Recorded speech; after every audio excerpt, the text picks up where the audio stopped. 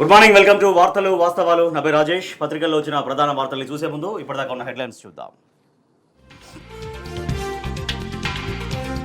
కేంద్రాన్ని ఎదిరించే ధైర్యం లేదు, బాబును ప్రశ్నించే దమ్ము లేదు. రేవంత్ చేతగాని తనంతో రాష్ట్రానికి తీవ్ర నష్టమన్న హరీష్ రావు.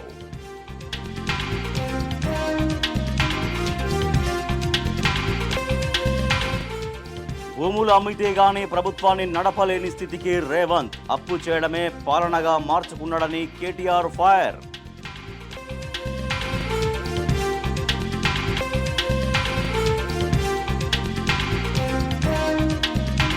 కేసీఆర్ కట్టించిన సీతారామ ప్రాజెక్టే ఖమ్మంకు వరప్రదాయని. తొలిసారిగా సాగర్ ఆయకట్టుకు గోదావరి జలాల విడుదల.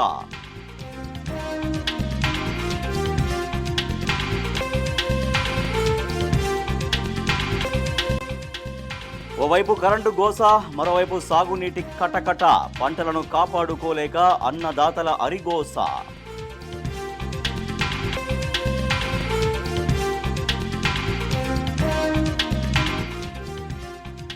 వేసవి రాకముందే రాష్ట్రంలో భయానక పరిస్థితులు. వేగంగా పడిపోతున్న భూగర్భ జలాల మట్టాలు.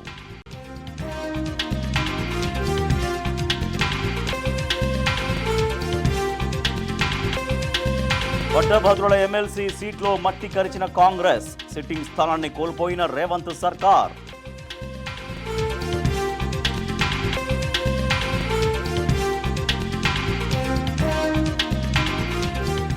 ఎస్ఎల్బీసీ సహాయక చర్యల్లో మళ్లీ ఆటంకం. పనిచేసిన కాసేపటికే తెగిన conveyor belt.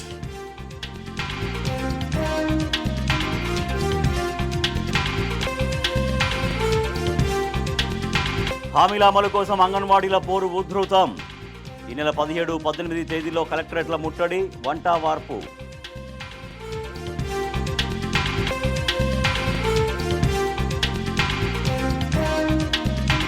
Champions trophy final కు న్యూజిలాండ్. టీమిండియాతో ఈ నెల 9న టైటిల్ పోరు.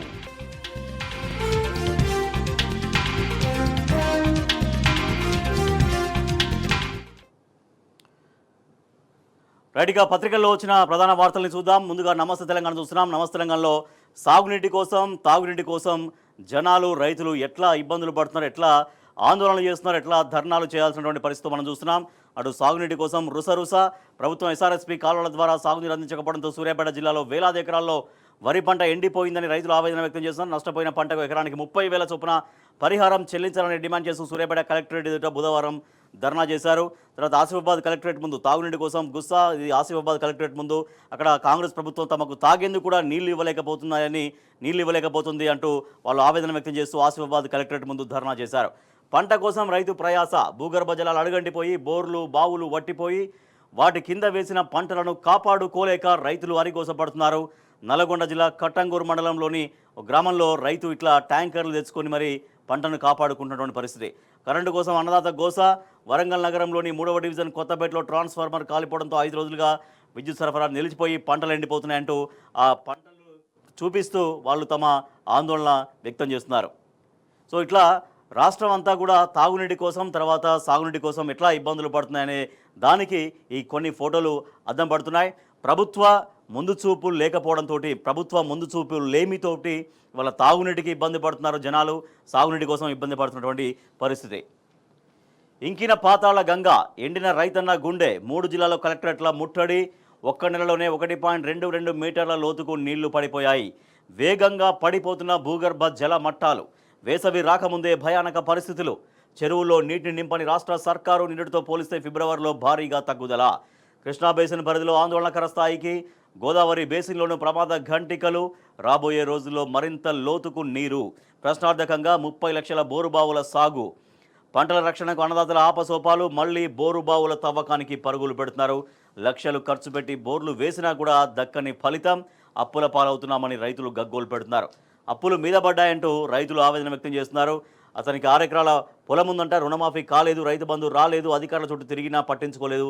విధి లేక అధిక వడ్డీలకు 2 లక్షలు అప్పు తెచ్చి పెట్టుబడి పెట్టి వరి పంట వేసినా, పోయినసారి అప్పు చేసి 2 బోర్లు వేసినా ఈసారి కూడా భూమిలో నీళ్లు లేక అవి ఎండిపోయాయి. వాటి అప్పులు కూడా తీరలేదు. ఇప్పుడు పంటలు ఎండిపోయి పెట్టుబడులు కూడా వెళ్ళేటట్టు కనిపించట్లేదంటూ రంగారెడ్డి జిల్లా తిప్పాయిగూడ రైతు సత్తయ్య వ్యక్తం చేసినటువంటి ఆవేదన ఇది.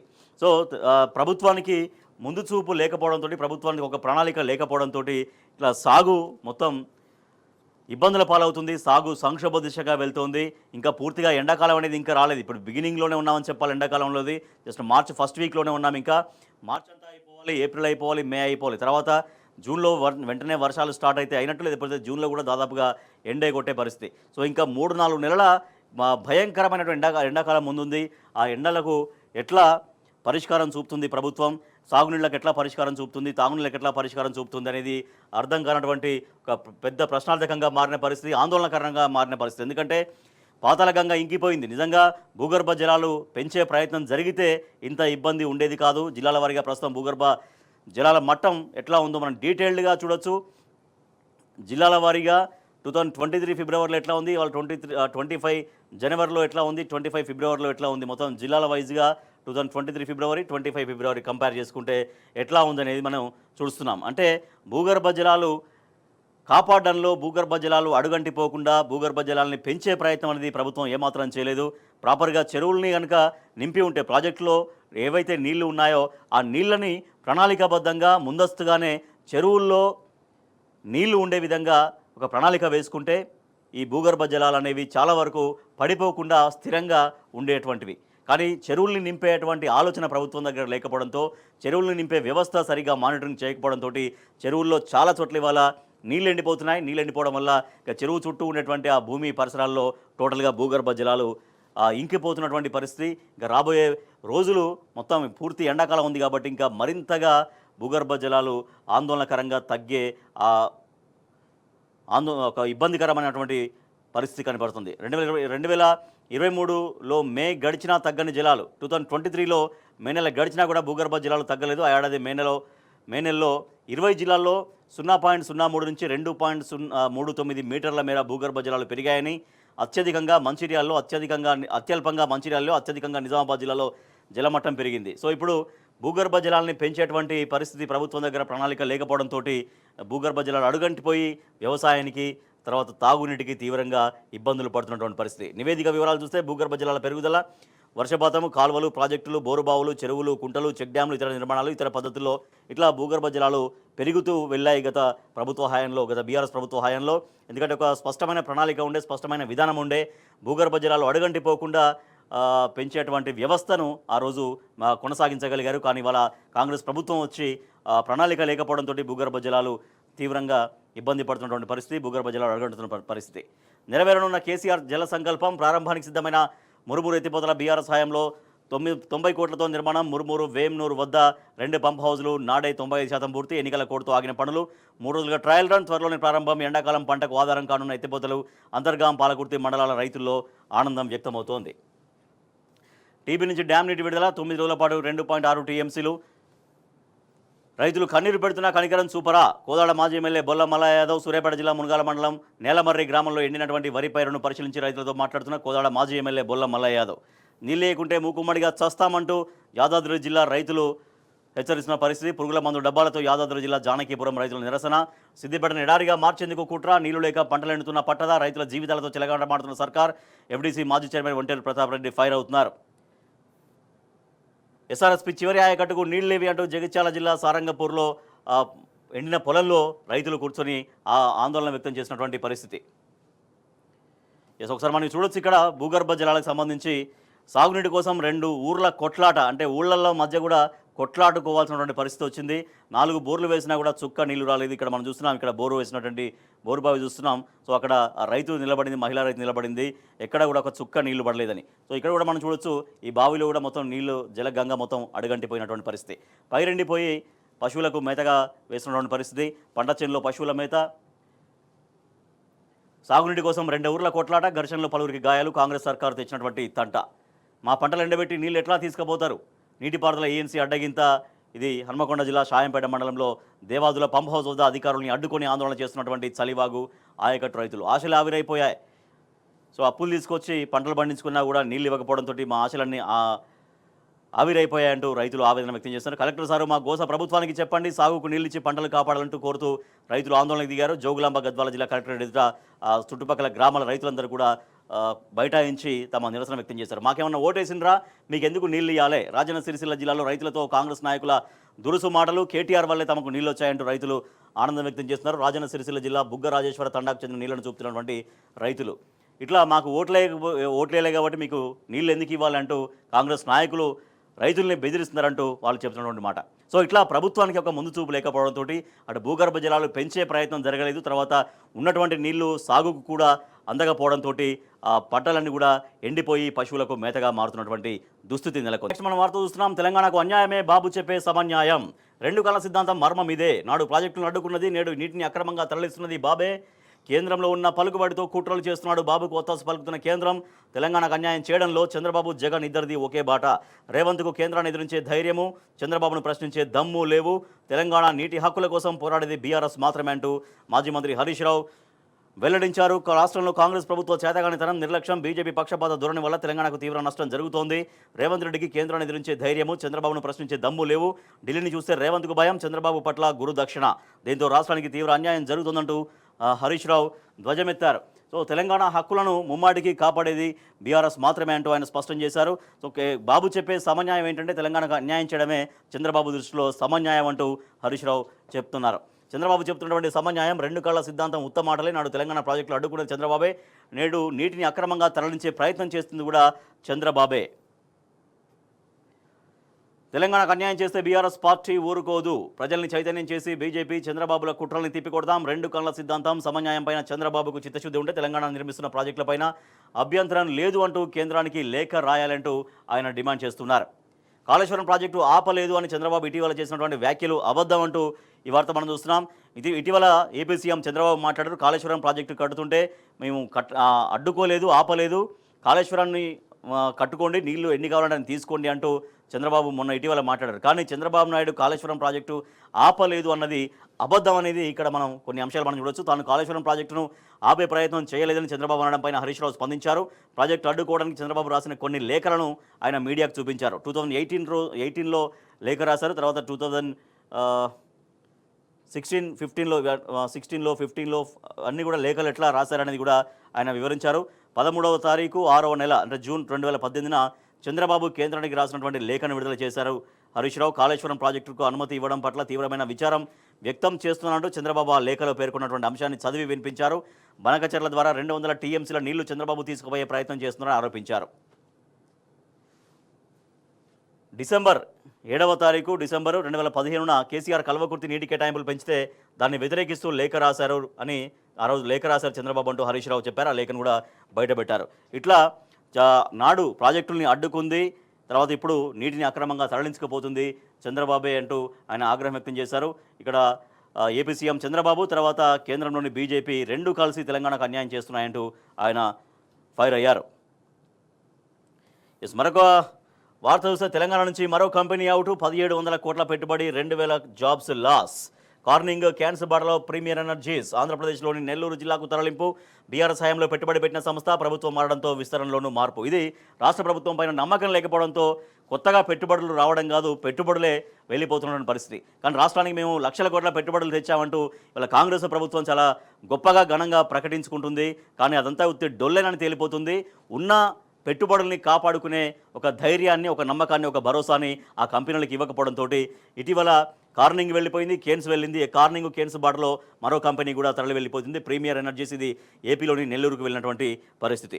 ఎల్ఆర్ఎస్లో ఓపెన్ లూటీ, కాగితాల్లో ఓనితి, ఫీజులో మరో రీతి.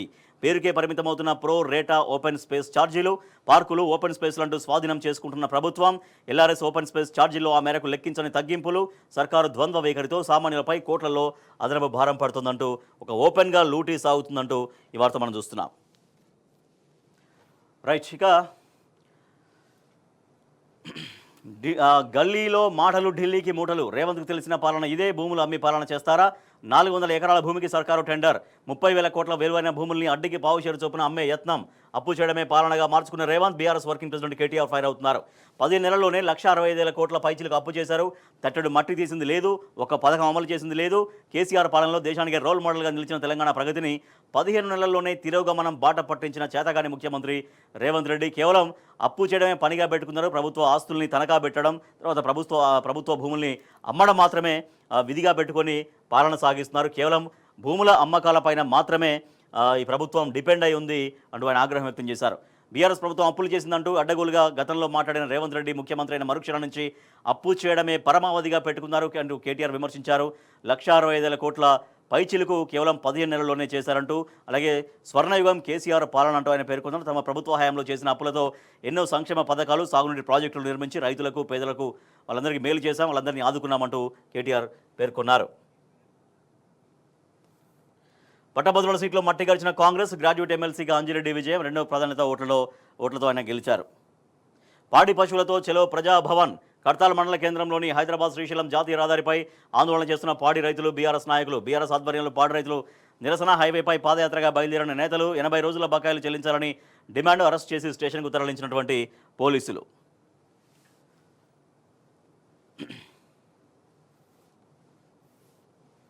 ప్రశ్నిస్తే వర్సిటీ నుంచి సస్పెండ్ చేస్తారా?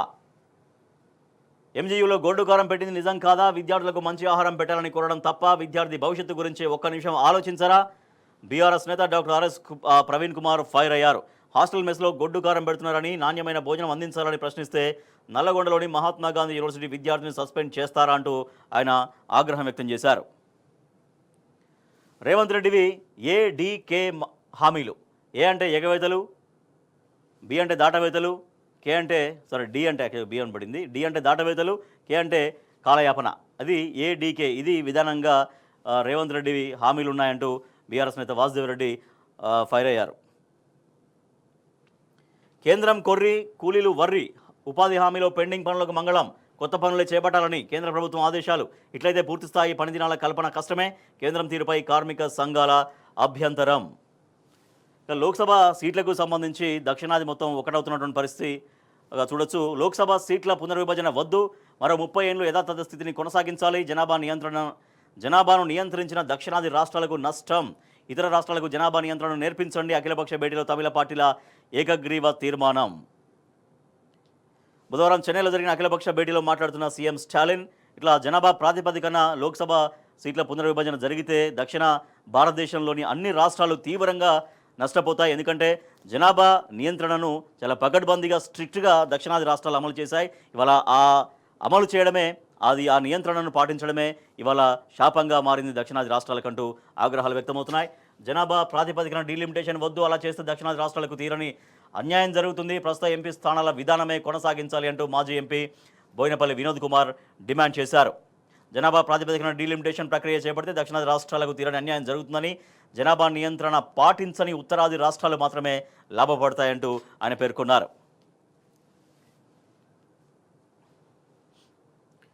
భారత్ పైన బాదుడే. ఏప్రిల్ 2 నుంచి సుంకాలు. వైట్ హౌస్లో ప్రకటించిన అమెరికా అధ్యక్షుడు ట్రంప్. చుట్టుముట్టిన ట్రేడ్ వార్ భయాలు, ప్రతిగా టారిఫ్లతోనే బదులిస్తున్న ఆయా దేశాలు. మరొక వార్త చూస్తే కాంగ్రెస్లో రెడ్లదే రాజ్యం. వారిపై ఎలాంటి క్రమశిక్షణ చర్యలు ఉండవు. బీసీల కులగణన సర్వేను సైతం పార్టీలోని రెడ్లే నిర్వహించారు. రాజ్యాధికారంలో ఎస్సీ, ఎస్టీ, బీసీలకు ప్రాధాన్యం తగ్గిపోయింది. కాంగ్రెస్ సీనియర్ నేత మధు యాష్కి గౌడ్ సంచలన ఆరోపణలు. సో ఇట్లా కాంగ్రెస్ పార్టీలో రెడ్లదే రాజ్యం నడుస్తుందంటూ ఆయన ఆగ్రహం వ్యక్తం చేశారు. అయితే మరొక ఇంట్రెస్టింగ్ వార్త చూస్తున్నాం. బీజేపీలోకి వస్తే రేవంత్ను ఆహ్వానిస్తామంటూ స్వయంగా ఎంపీ ధర్మపురి అరవింద్ చేసినటువంటి కామెంట్స్ చూస్తున్నాం.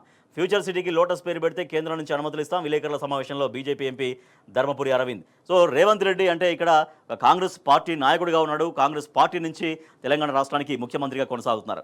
ఏకంగా ముఖ్యమంత్రినే బీజేపీలోకి ఆహ్వానించేశారు ధర్మపురి అరవింద్. మొదటి నుంచి కూడా రేవంత్ రెడ్డి కాంగ్రెస్ నుంచి సీఎంగా అయినా కూడా ఆయన బీజేపీ మనిషే అంటే ఏవైతే ఒక విమర్శ ఉందో, ఏదైతే ఒక వాదన ఉందో, ఒక అభిప్రాయం ఉందో అది నిజం చేసే విధంగానే స్వయంగా ఎంపీ ధర్మపురి అరవింద్ రేవంత్ రెడ్డిని బీజేపీలోకి ఆహ్వానించేశారు. సో అయితే కాంగ్రెస్ సంబంధించినటువంటి వాళ్ళల్లో కూడా ఒక విస్మయం వ్యక్తమవుతుంది. సోషల్ మీడియాలో విపరీతంగా ఇది ట్రోల్ అవుతుంది. ఆయన కొత్తగా బీజేపీలో జాయిన్ కావడం అంటే ఆయన అనఫిషియల్గా బీజేపీ సీఎంగానే ఇక్కడ కొనసాగుతున్నారు కదా అంటూ సోషల్ మీడియాలో జరుగుతున్నటువంటి చర్చ. బీజేపీలోకి వస్తే రేవంత్ను ఆహ్వానిస్తామంటూ ఒక ముఖ్యమంత్రిని ఏకంగా బీజేపీలోకి ఆహ్వానించడం అంటే ఇక బీజేపీకి సీఎం రేవంత్ రెడ్డికి ఉన్నటువంటి అనుబంధం ఏంటి, సంబంధం ఏంటి, ఆయన బీజేపీ మనిషిగా చెలామణి అవుతున్నటువంటి విమర్శలకు మరింత బలం చేకూర్చే విధంగా, మరింత స్ట్రెంథన్ చేసే విధంగా ఎంపీ ధర్మపురి అరవింద్ చేసినటువంటి కామెంట్స్ రాజకీయ వర్గాల్లో విస్తృతంగా చర్చనీయాంశంగా మారాయి. 3 కేటగిరీలుగా పదవుల పంపకం. కాంగ్రెస్ ఇన్ఛార్జ్ మీనాక్షి నిర్ణయం. నేడు ఢిల్లీకి పీసీసీ అధ్యక్షుడు పయనం. సీఎం రేవంత్ కూడా ఢిల్లీకి వెళ్లే అవకాశం. ఢిల్లీకి సీఎం రేవంత్ రెడ్డి ఢిల్లీ టూర్లే కొనసాగుతున్న పరిస్థితి. పరిపాలన పూర్తిగా పక్కకు పెట్టి ఓన్లీ పార్టీ వ్యవహారాలకు సంబంధించి ఢిల్లీ టూర్లకు సంబంధించే కొనసాగుతున్నాయంటే విమర్శలు మరింతగా పెరుగుతున్నాయి. తెలంగాణ యాస భాషకు దుర్గతి. సిబిఎస్ఈ, ఐసీఎస్ఈ స్కూళ్ల ఇష్టారాజ్యం, తప్పనిసరి తెలుగు అమలు చేయని వైనం, భాషా వాచకాల వాడకంలోని నిర్లక్ష్యం, ప్రత్యేక చట్టం ఉన్న విద్యాశాఖ అలసత్వం అంటూ ఈ వార్త మనం చూస్తున్నాం. సో తెలంగాణ యాస భాషకు ఈ దుర్గతి పట్టినటువంటి పరిస్థితి. కేసీఆర్ కట్టించిన సీతారామ ప్రాజెక్టే దిక్కు. తొలిసారిగా సాగర్ ఆయకట్టుకు గోదావరి జలాలు. కాంగ్రెస్ వ్యతిరేకించిన ఆ ప్రాజెక్టే నేడు వరప్రదాయని. సీతారామతో పచ్చగా మారనున్న ఉమ్మడి ఖమ్మం జిల్లా సాకారమైన బీఆర్ఎస్ అధినేత మాజీ ముఖ్యమంత్రి కేసీఆర్ కళ. కేసీఆర్ కృషి ఫలితమే సీతారామ ప్రాజెక్టు అంటూ మాజీ మంత్రి హరీష్ రావు ఎక్స్లో వెల్లడి. సో ఖమ్మం జిల్లా మొత్తం, ఇంకా ఉమ్మడి ఖమ్మం జిల్లా మొత్తం పూర్తిగా సస్యశ్యామం కావాలనే ఒక సంకల్పంతో, ఒక లక్ష్యంతో, ఒక విజన్ తోటి నాడు బీఆర్ఎస్ ప్రభుత్వ హయాంలో సీతారామ ప్రాజెక్టును తలబెట్టారు. ఆ సీతారామ ప్రాజెక్టు అనేది ఇవాళ అందుబాటులోకి వస్తుంది. సీతారామ ప్రాజెక్టే దిక్కు.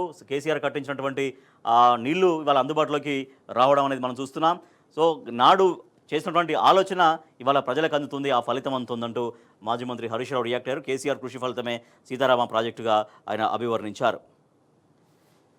ఎస్ఎల్బీసీ సహాయక చర్యలకు మళ్లీ ఆటంకం. పనిచేసిన కొద్దిసేపటికే మళ్లీ తెగిన కన్వేయర్ బెల్ట్. మరమ్మతులు చేస్తేనే సహాయక చర్యల పురోగతి. సిమెంట్ సెగ్మెంట్ కూలే ప్రమాదం ఉందని ఆందోళన. ఎస్ఎల్బీసీ సొరంగం నుంచి బురద మట్టిని బయటకు తీసే కన్వేయర్ బెల్ట్ మళ్ళీ కొద్దిసేపటికే అది చెడిపోయినటువంటి వార్తగా మనం చూస్తే, సాక్షిలో పొలం ఎండి గుండె మండి. నీరు లేక పశువులకు మేతగా పంటలు వదిలేస్తున్నటువంటి రైతులు. గోదావరి ప్రాజెక్టుల పరిధిలో సాగునీటికి తీవ్ర సమస్య. కాళేశ్వరం నుంచి మిడిమాందేరు వరకు కనిపించిన నీటి జాడ. ఎల్లంపల్లి జిల్లాలో హైదరాబాద్ తాగునీటికి సరిపోని పరిస్థితి.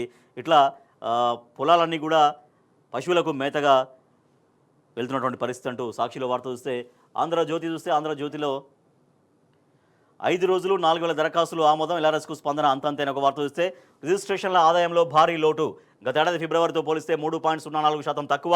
ఏకంగా 5.98% మేర తగ్గిన రిజిస్ట్రేషన్లు. 2023-24 నాటి ఆదాయాన్ని చేరుకోవాలన్నా కూడా నెలాఖరులోగా ఇంకా 1,720 కోట్లు సమకూరాలి. గత ఏడాది వచ్చిన రాబడి 14,588 కోట్లు. ఈ ఏడాది ఫిబ్రవరి దాకా వచ్చింది 12,867 కోట్లే. ఎల్ఆర్ఎస్ పైనే అధికారుల ఆశలు. ఇట్లా రియల్ ఎస్టేట్ రంగం కుదేలైపోయింది, రియల్ ఎస్టేట్ రంగం ఆగిపోయింది. దాంతో రిజిస్ట్రేషన్లు జరగకపోవడంతో భారీగా ఆదాయం లోటు కనిపిస్తుందంటూ ఈ వార్త మనం చూస్తున్నాం. రైట్, ఇవి పత్రికల్లో వచ్చినటువంటి ప్రధాన వార్తలు.